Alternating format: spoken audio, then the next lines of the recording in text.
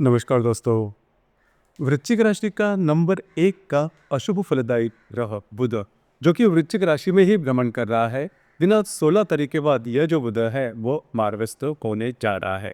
उसी प्रकार वृश्चिक राशि का स्वामी मंगल, जो कि वृश्चिक राशि के भाग्य भाव में भ्रमण कर रहा है, दिनांक 7 दिसंबर के बाद यह जो मंगल है वो वक्री होने जा रहा है। उसी प्रकार गुरु जो ग्रह है वह भी आपके सप्तम भाव में वक्री चल रहा है।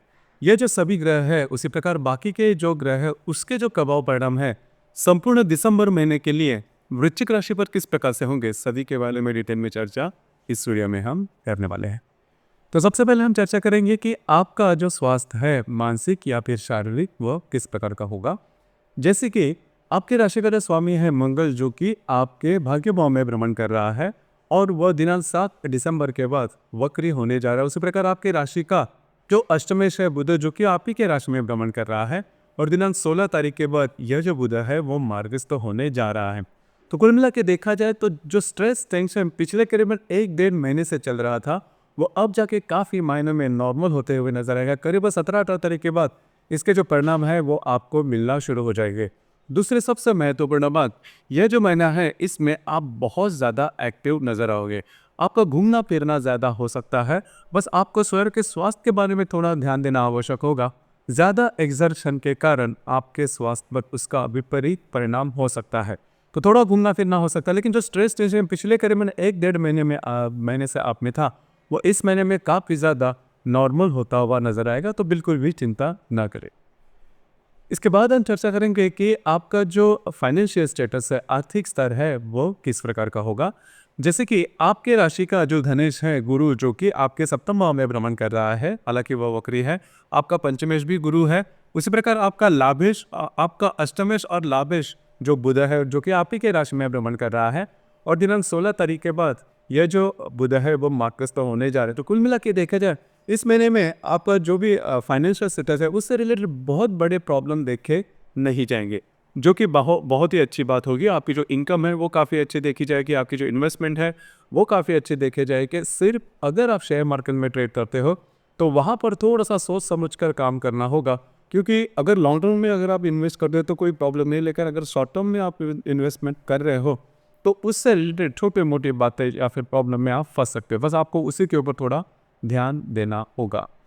फैमिली हैप्पीनेस, घर का सुख, उसके बारे में अगर देखा जाए तो आपके राशि का जो चतुर्थेश है शरीर, जो कि चतुर्थ भाव में ही भ्रमण कर रहा है और आप ही के चतुर्थ भाव में दिनांक 29 तारीख के बाद शुक्र भी आने वाला है।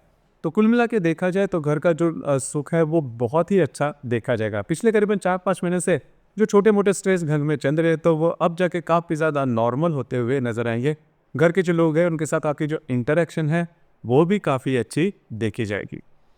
लव लाइफ के बारे में अगर कहा जाए तो आपके राशि का जो पंचमेश है गुरु, जो कि आपके सप्तम भाव में भ्रमण कर रहा है और इस संपूर्ण महीने में वो वक्री होने जा रहा है।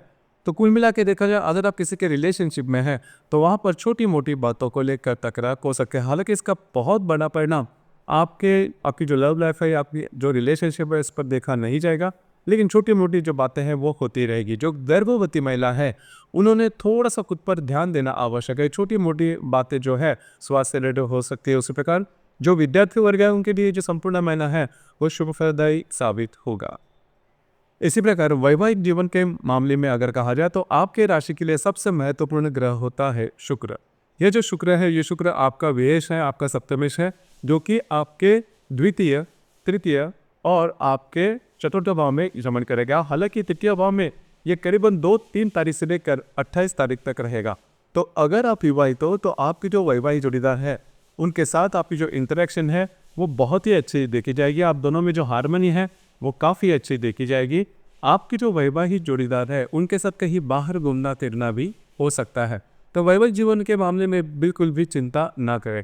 थोड़ा सा आपकी जो वैवाहिक जोड़ीदार है उनके स्वास्थ्य के बारे में छोटी मोटी परेशानियां सामने आ सकती है। उसी प्रकार कार्य क्षेत्र के बारे में अगर कहा जाए तो आपके राशि का जो कर्मेश है रवि, जो कि आप ही के राशि में भ्रमण कर रहा है और दिनांक 16 तारीख के बाद यह जो रवि है वो आपके द्वितीय भाव में भ्रमण करेगा। तो कार्य क्षेत्र से रिलेटेड बिल्कुल भी चिंता ना करें। आप जो भी काम कर रहे हो उससे रिलेटेड कुछ नए आइडियाज़ आपके मन में आ सकते हैं, जो कि काफ़ी ज़्यादा पॉजिटिव हो गया। आपको जो कॉन्फिडेंस है वो काफ़ी अच्छा देखा जाएगा। आप एक काम की सराहना भी हो सकती है। तो कुल मिला के देखा जाए या फिर आपको बिजनेस अपॉर्चुनिटी नए नए आ सकते हैं। तो इस यह जो संपूर्ण महीना है वो कार्य क्षेत्र से रिलेटेड भी आपको बहुत ही अच्छा और शुभप्रदायी साबित होगा। तो मोटे तौर पर अगर देखा जाए तो इस महीने में बहुत ज़्यादा चिंता करने की ज़रूरत नहीं है, सिर्फ आपका घूमना फिरना ज़्यादा हो सकता है, किसी धार्मिक स्थल में जाना, मंदिरों में जाना, इस प्रकार के अनुभव भी आपको आ सकते हैं। कुछ आध्यात्मिक धार्मिक अनुभव से भी आप गुजर सकते हो इस संपूर्ण महीने में। तो ये जो संपूर्ण महीना है थोड़ा सा आपको एग्जर्शन जो कहते हैं, जिसे हम कहते हैं फिजिकल एग्जर्शन थोड़ा हो सकता है, लेकिन बाकी अगर देखा जाए तो ये जो संपूर्ण महीना है वो आपके लिए शुभ फलदायी साबित होगा। इसके बाद हम चर्चा करेंगे डे टू डे लाइफ में जो ग्रह योगों के जो प्रभाव परिणाम हैं वो किस प्रकार के होंगे। जैसे कि दिनांक 2 तारीख को हर्षल और शुक्र का त्रिकोण योग होने जा रहा है। हर्षल जो कि आपके सप्तम भाव में भ्रमण कर रहा है और जो शुक्र आपके तृतीय भाव में भ्रमण करेगा, दोनों का त्रिकोण योग होने जा रहा है। ये जो त्रिकोण योग है वो आपके लिए बहुत ही ज़्यादा शुभप्रदायी साबित होगा। खास करके आपके जो वैवाहिक जोड़ीदार हैं उनके साथ आपकी जो इंटरेक्शन है वो काफ़ी अच्छी देखी जाएगी। कुछ अच्छे लाभ आपको मिलेंगे। जो व्यक्ति विवाह के बारे में सीरियस है या फिर विवाह करना चाहते हैं उनके लिए भी ये जो समय है या फिर ये जो पर्टिकुलर एस्पेक्ट है योग है काफ़ी ज़्यादा शुभप्रदायी साबित होगा। इसी प्रकार दिनांक 4 तारीख को शनि और रवि का केंद्र योग होने जा रहा है। शनि जो कि आपके चतुर्थ भाव में भ्रमण कर रहा है, जो रवि आप ही के राशि में भ्रमण करेगा, दोनों का जो केंद्र योग है आपको स्वास्थ्य से रिलेटेड छोटे मोटे परेशानियां सामने आ सकते हैं। उसी प्रकार आपके घर में जो बड़े बुजुर्ग रहेंगे उनके साथ छोटी मोटी बातों को लेकर तकरार हो सकती है।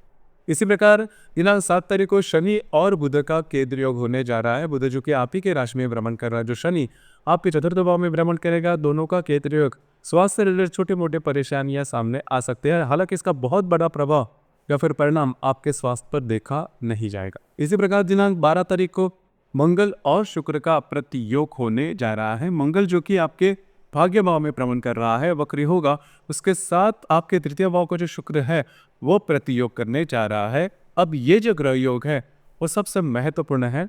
खास करके आपको स्वयं के स्वास्थ्य के बारे में ध्यान देना होगा। और सबसे महत्वपूर्ण बात, आपके जो वैवाहिक जोड़ीदार है उनके साथ उनके स्वास्थ्य से रिलेटेड या फिर उनके साथ छोटी मोटी बातों को लेकर तकरार हो सकती है।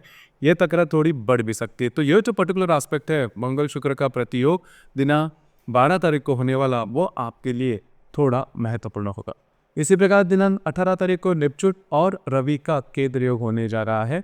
नेपच्यून जो कि आपके पंचम भाव में भ्रमण कर रहा है और जो रवि आपके द्वितीय भाव में भ्रमण करेगा, दोनों का जो केंद्र योग है, अगर आप शेयर मार्केट में ट्रेड करते हो तो इन दिनों में बिल्कुल भी बड़े रिस्क या फिर ट्रेड नहीं करना, इन्वेस्टमेंट के बारे में नहीं सोचना। हालांकि इन दिनों में आपके खर्चे ज़्यादा हो सकते हैं। इसी प्रकार दिनांक 20 तारीख को गुरु और शुक्र का त्रिकोण योग होने जा रहा है।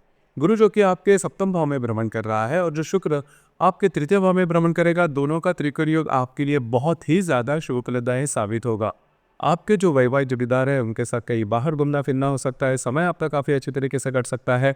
जो विवाह करना चाहते हैं उनके लिए भी ये जो समय है काफ़ी ज़्यादा शुभप्रदायी साबित होगा। आपके मन में जो भी इच्छा आकांक्षाएं हैं वो पूरे होने की संभावना इन दिनों में बहुत ही ज़्यादा बन रही है। पिकनिक में जाना, मतलब कुछ अच्छा टाइम स्पेंड करना, इस प्रकार के अनुभव से आप जा सकते हैं। इसी प्रकार दिनांक 27 तारीख को शनि और बुध का केंद्र योग होगा आप ही के राशि से और आपके चतुर्थ भाव में जो शनि है उसके साथ केंद्र योग होने जा रहा है। तो स्ट्रेस टेंशन इन दिनों में थोड़े ज़्यादा आ सकते हैं। घर के जो लोग हैं उनके साथ आपकी जो इंटरेक्शन है वो इन दिनों में ठीक नहीं रहेगी।